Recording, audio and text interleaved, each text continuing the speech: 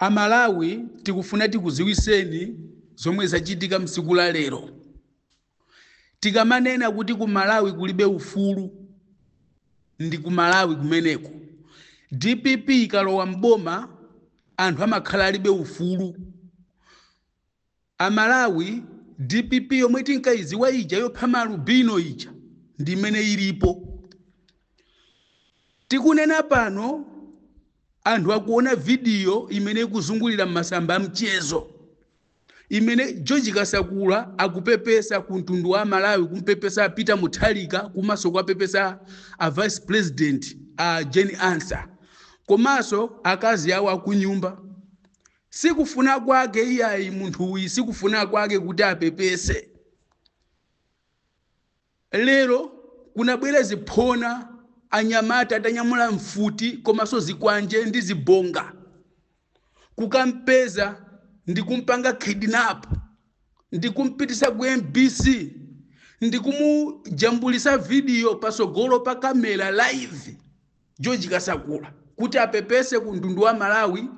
Amalawi osakuona kuti anthu apange pretend ngati kuti George Kasakula akupepesa yekha, pomwe omwe akumpangisa kuti apepese ndi zigawenga za DPP. Tikunena pano apita naye kosaziwika, zomwe timanena kuti DPP sizasintha, DPP ndi yakupha. DPP ikulephera kusisa zinthu mtengo. Sugar wakwera mtengo zulo, fetereza wakwera mtengo zulo, akulephera kusisa, akukalimbana ndi anthu.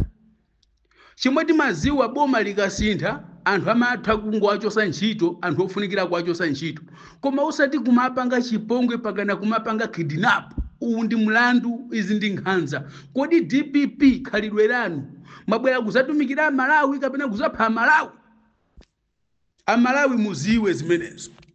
Zomwe DPP ikupanga ndi zimenezi. A George Kasakula amene analipa ngati jeno ku MBC apangidwa chipongwe, apangidwa kidnap, apanga video yokakamiza kuti apepese kwa Peter Mutharika. Kodi a Peter Mutharika mmatenga ngati mulungu?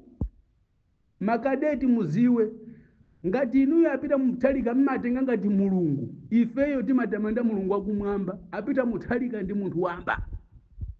A Peter Mutharika amapita ku chimbuzi. A Peter Mutharika ndi munthu ngati ine, ndi munthu ngati ine. Koma musamatenge anthu kuwazunza. Amalawi anachita kupasani voti, koma lero mwamba kuwazunza. Anthu mziko siwosa amene angakuvotereni.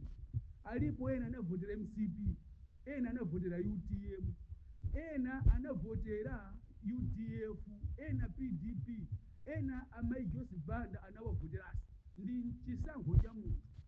Sizokakamiza kuti aliyesa azivotera DPP. Kumalawi kuno kulibe chipani chimodzi chitwa DPP. Timaona ifeyo akutukwanidwa ndi wabagire muuzi, apatirisha kaliyati kutukwanidwa za nsalu. Komanso timaona Jessica Mwira ali mboma kulamulira akutukwanidwa ndi anthu, koma panalibe amene anagwidwa lombozi. A DPP zimene mukuchitazi muyamba nkhondo mziko kubwere zimenezi. Ine DPP